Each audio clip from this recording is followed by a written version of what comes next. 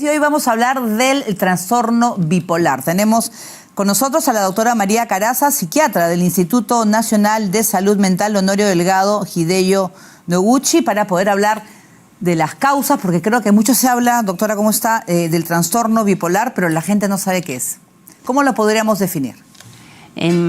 Podemos hablar de trastorno bipolar como una enfermedad, un trastorno mental en el cual va a haber variabilidad. Es un trastorno crónico, es un trastorno que tiene episodios y estos episodios van a ser cambios en el estado de ánimo básicamente, pero estos episodios vienen caracterizados por ejemplo, el estado de ánimo eufórico, con mucha energía, sin necesidad de dormir, va a cruzar la persona, además va a tener pensamientos muy rápidos, va a estar desinhibido, impulsivo, temerario, ¿no? Y en otro momento puede cursar con episodios depresivos, que es sin energía, sin ánimo, triste, que tiene mucha dificultad para dormir, a pesar que se siente muy cansado, muy lento, y ahí puede aparecer también las ideas de desesperanza, las ideas de entonces ya no sirvo, ya no valgo, ya soy una carga, entonces es mejor morir, y ahí empiezan a aparecer las ideas suicidas, ¿no?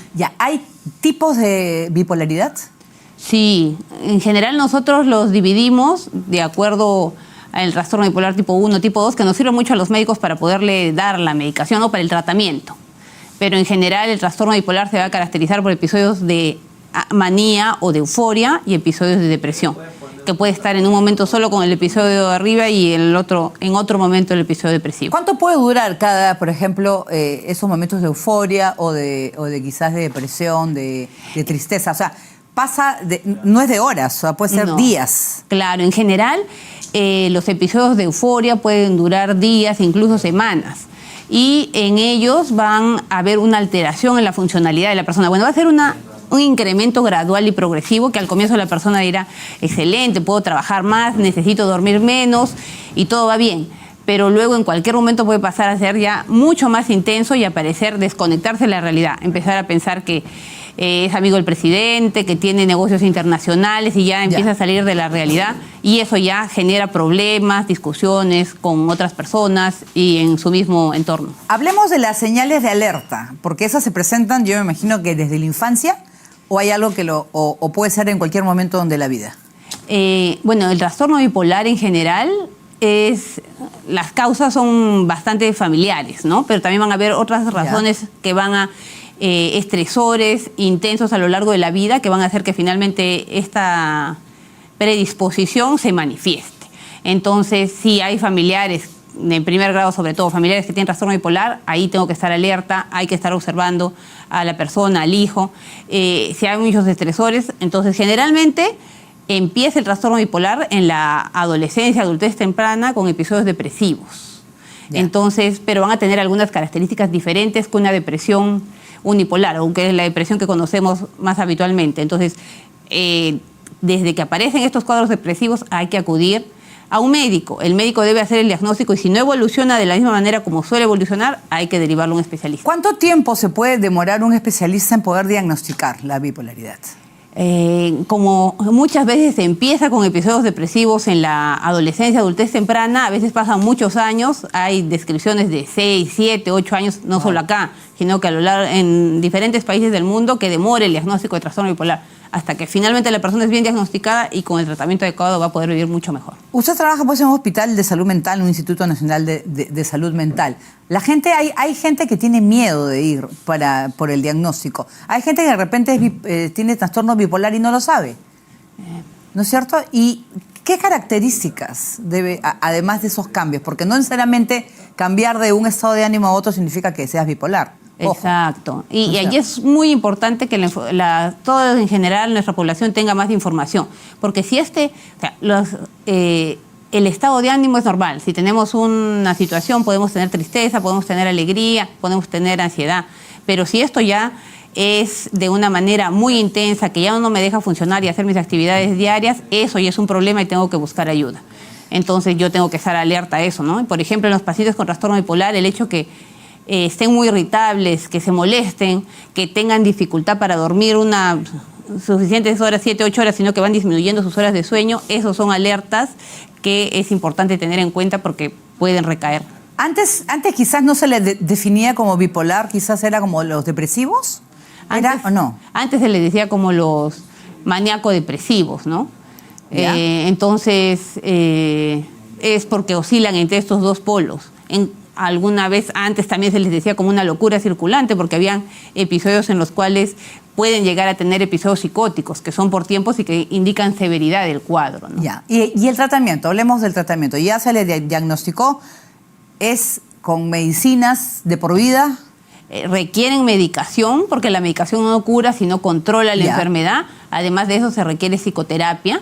Además de ello se requiere que el paciente sea una parte activa del tratamiento. Tenemos que darle información al paciente, a la familia, y una red importante de apoyo para que el paciente vaya y tenga buena información y pueda ser parte activa del tratamiento, para que reconozca sus síntomas apenas estén empezando. ¿Y esta psicoterapia en qué consiste? En conversar con él para que cuente cuáles son los, quizás, su día a día, cómo lo lleva, ¿no? En general, la psicoterapia tiene que ser por alguien que ha sido formado en psicoterapia. Entonces, la psicoterapia cognitivo-conductual, la psicoterapia interpersonal, la de manejo de emociones, eso va a ayudar mucho para que el paciente pueda reconocer algunas emociones y le den herramientas para que pueda manejarlas mejor. Y también parte de la psicoeducación, que es darle la información al paciente, es enseñarle que tiene que tener estilos de vida saludables, tiene que hacer ejercicios, tiene que tener alimentos saludables, comer alimentos saludables idealmente, tiene que evitar drogas, alcohol, porque eso puede hacer que nuevamente recaiga.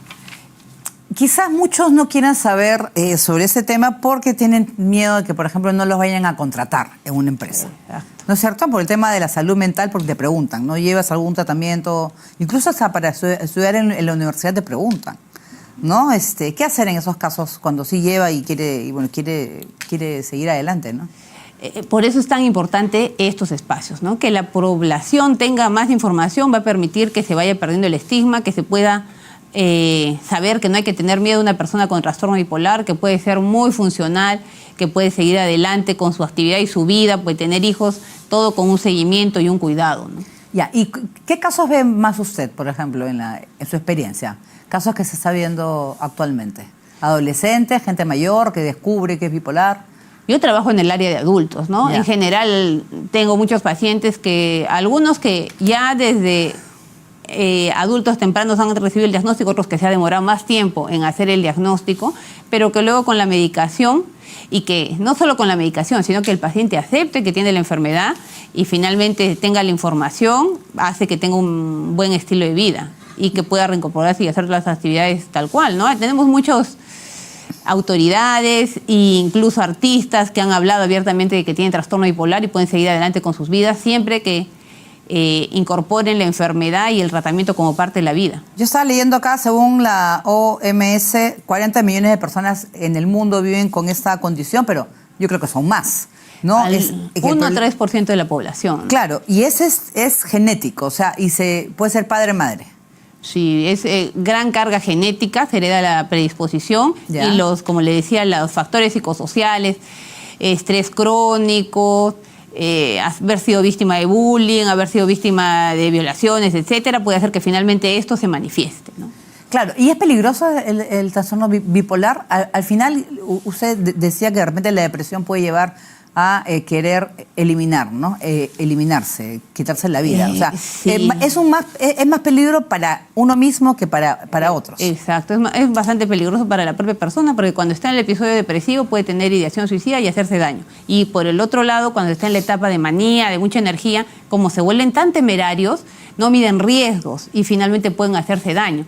También ahí pueden estar muy irritables. Entonces, frente a cualquier, no sé, llamada de atención o algo que les moleste, pueden reaccionar muy impulsivamente, ¿no? Pero la idea es por eso que las personas que tienen trastorno bipolar reconozcan sus síntomas y apenas se den cuenta que eso está ocurriendo o que la familia lo note, acudan a su atención y a que puedan nuevamente estabilizarse. Por eso, una persona puede ser una persona que de lunes, o sea, en su vida diaria está tranquila, pero ocurre algo, no sé, pues un accidente, un choque, y baja todo y reacciona de manera violenta. ¿Uno puede preocuparse por ahí o puede ser simplemente un hecho de que uno se molesta muchísimo?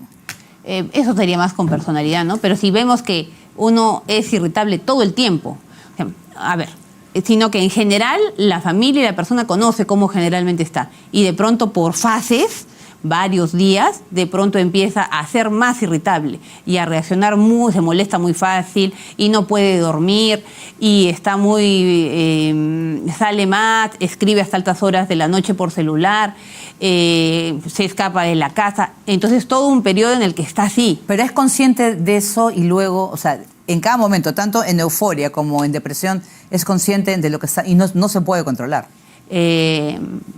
Al inicio la persona es más consciente, pero luego cuando se desconecta de la realidad ya va a ser mucho más difícil su control, ¿no? Entonces la persona se da cuenta de que está con mucha energía, que puede hacer muchas cosas, pero es como un estado, en el trabajo, ¿qué le van a decir? Excelente, porque estás trabajando más tiempo, porque estás produciendo más, y entonces al comienzo la persona va a estar feliz, porque no necesito dormir, produzco más. El problema es cuando puede pasar ya a la otra fase en que se desconecta la realidad. Ahí la persona ya no se va a dar cuenta, ¿no? Entonces piensa que es amigo del presidente, que es entonces empieza a hablar cosas que no son reales. La familia se da cuenta que empieza a publicar en Facebook, en Instagram, en las redes sociales finalmente, cosas que tampoco son reales.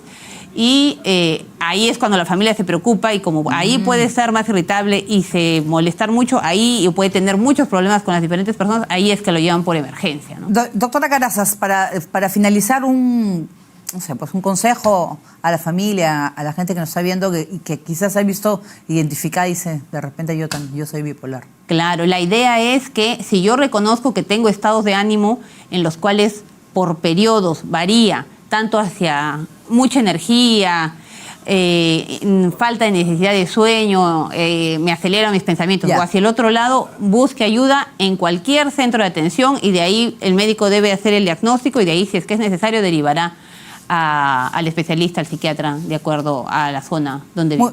Muy bien, muchísimas gracias. Muy clara la doctora María Carazzas, psiquiatra del Instituto Nacional de Salud Mental Honorio Delgado Hideyo Noguchi, que ha estado con nosotros. Gracias, doctora. Muy amable, muy clara.